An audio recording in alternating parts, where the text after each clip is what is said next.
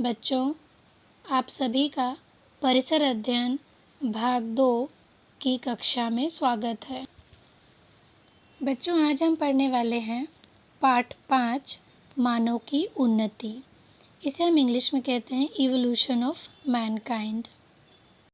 अर्थात हम इसमें पढ़ने वाले हैं मानव की उन्नति किन किन चरणों में हुई, या आप कह सकते हैं मानव का विकास एप से आज एक कुशल मानव के रूप में किस तरह से हुआ, इसकी जानकारी हम प्राप्त करेंगे।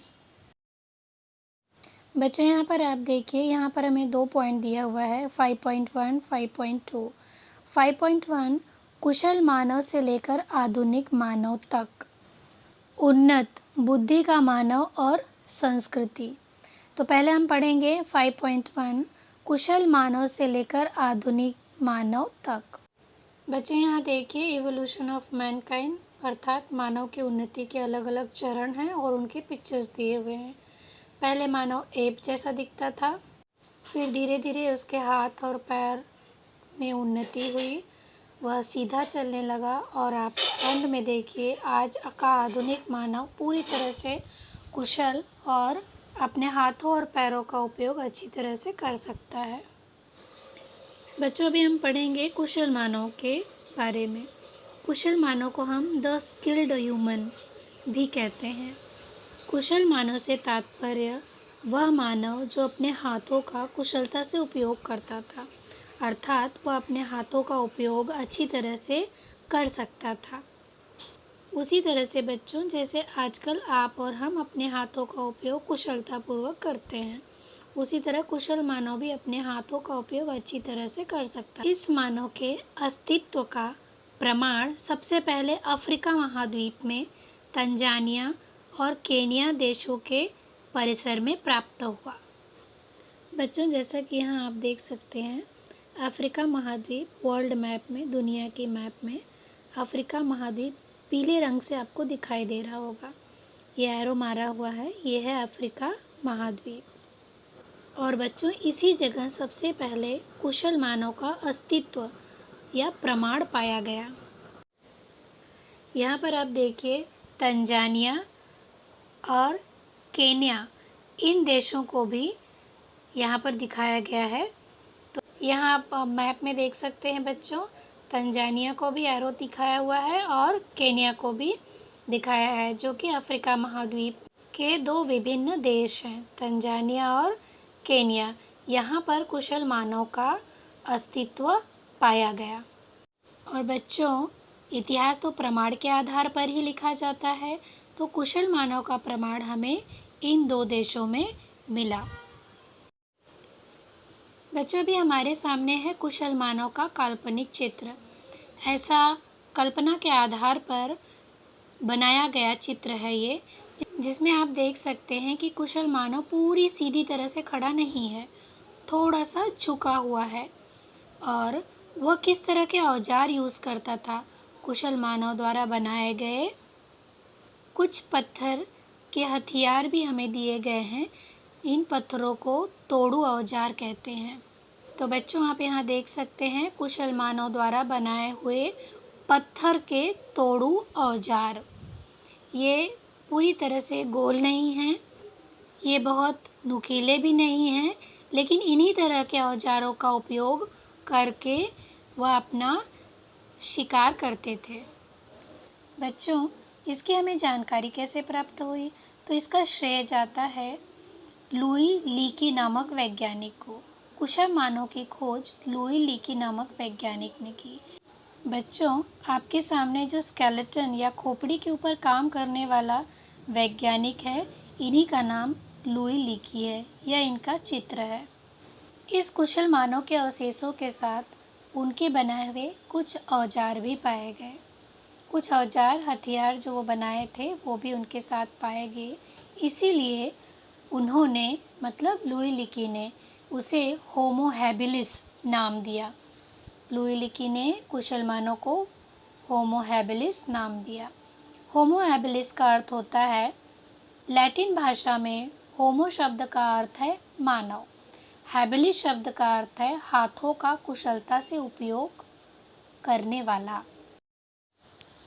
कुशल मानव 2 पैरों पर खड़ा होकर चल सकता था, लेकिन उसकी पीठ की रीढ़ पूरी तरह से तनी नहीं थी, अर्थात वो सीधी तरह से खड़े नहीं हो पा रहे थे। उसमें थोड़ा सा टेढ़ापन था, मतलब थोड़ा वो झुके हुए तरीके से खड़े थे। रीढ़ की हड्डी पीछे की पीठ की बिल्कुल भी सीधी नहीं हुई थी। कुशल मानव का मस्तिष्क ए बंदर की तुलना में अधिक बड़ा था, परंतु उसके चेहरे और हाथ पांव की विशेषताएं अंशतः ए बंदर की तरह ही थी, मतलब वो थोड़ा थोड़ा ए बंदर की तरह अभी भी दिखते थे। कुशल मानव के बनाए हुए औजार बड़े प्राणियों का शिकार करने की दृष्टि से उपयुक्त नहीं थे। उनके पास औजार तो थे, लेकिन वह ऐसे औजार नहीं थे जिससे कि वो बड़े जानवरों को मारकर उनकी हड्डियों को तोड़कर मांस मज्जा निकाल सकें। ऐसे औजार उनके पास नहीं थे। कुशल मानव हथ कुल्हाड़ी जैसे औजार बनाता था। बच्चों, आप यहाँ पर देख सकते हैं उसके हाथ में एक कुल्हाड़ी है और इस कुल्हाड़ी का उपयोग वह जानवरों को मारने के लिए करता था। बच्चों, इसी में हमारा दूसरा टॉपिक है सीधी रीढ़ वाला मानव, अर्थात होमो इरेक्टस। इसे इंग्लिश में होमो इरेक्टस कहते हैं। जैसा कि नाम से ही पता चल रहा है, इसकी रीढ़ की हड्डी सीधी थी। यह सीधी तरह से खड़ा हो सकता। सीधी रीढ़ वाला मानव यह मानव के विकास का एक महत्वपूर्ण चरण था। इरेक्टस का अर्थ सीधा या तनकर खड़ा रहने वाला होता है। तो यहाँ पर आप पिक्चर में देख सकते हो, एकदम सीधा खड़ा होने वाला मानव, इसे ही सीधी रीढ़ वाला अर्थात होमो इरेक्टस कहते हैं। अतः इस मानव का नाम होमो इरेक्टस दिया गया। जैसा कि बच्चों आप यहाँ पिक्चर में देख सकते हैं, होमो इरेक्टस मानव का पिक्चर दिया हुआ है। कुशल मानव की तुलना में उसका मस्तिष्क अधिक विकसित था। इसका मतलब बच्चों कि वह कुशल मानव से थोड़ा ज़्यादा ही समझदार था और अपनी बुद्धि का विकास करना अच्छी तरह से समझता था। यहाँ पर हमारे सामने सीधी रीढ़ वाले मानव का काल्पनिक चित्र दिया हुआ है और उसके साथ में ही बच्चों अगर आप देखिए तो दिया हुआ है उनके द्वारा बनाए हुए हथियार। सीधी रीढ़ वाले मानव हथ कुल्हाड़ी जैसे पथरीले औजार बनाकर उपयोग में लाता था। यहाँ आप देखिए तो उनके हाथ में जो पत्थर है वह थोड़ा नुकीला हमें दिखाई दे रहा है। इस तरह के औजार का उपयोग करके सीधी रीढ़ वाले मानव जो थे वह शिकार करते थे। बच्चों, यहाँ साइड में आपको एक पिक्चर और दिया हुआ है। इस पिक्चर के द्वारा हमें ये पता चलता है कि जैसे जैसे मानव बुद्धि का विकास हुआ उस तरह से उसने अपने औजारों को और भी नुकीला कर लिया ताकि उसे शिकार करने में आसानी हो सके। जंगल में लगने वाली आग को देखकर मानव अग्नि से परिचित हो चुका था। बच्चों, वह ये जानता था कि अग्नि से किस तरह से बचाना है अपने आप को, किस तरह से उसका उपयोग करना है, लेकिन एक्चुअल में अग्नि जलाना वो नहीं जानता था। वह अग्नि का उपयोग करना जानता था पर आग जलाना नहीं जानता था। पेड़ों की जलती टहनियाँ लाकर अग्नि का उपयोग करने की तकनीक से सीधी रीढ़ वाला मानव अवगत हुआ। मतलब वह यह तो जानता था कि आग को किस तरह से उपयोग किया जाए, अपने आप को जानवरों से बचाने के लिए, ठंड से बचाने के लिए और आग के अन्य उपयोग करने के लिए वह थोड़ा अवगत था, सीधी रीढ़ वाला मानव। और बच्चों, इसी वजह से सीधी रीढ़ वाले मानव के कालखंड में पृथ्वी का विशाल क्षेत्र हिममय था। हिममय का अर्थ है बर्फ से ढका हुआ, और बर्फ से ढका होने की वजह से ठंड भी बहुत थी।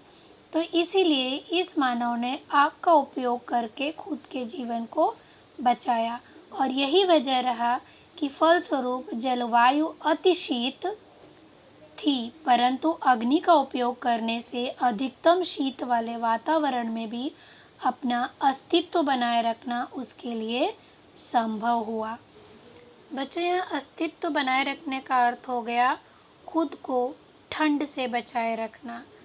इस मानव ने खुद को ठंड से बचा लिया और इसी तरह से पर्यावरण के साथ समझौता करते हुए मानव अपने अस्तित्व को आगे बढ़ाता गया। धन्यवाद बच्चों। इसका आगे का टॉपिक हम नेक्स्ट पीरियड में पढ़ेंगे।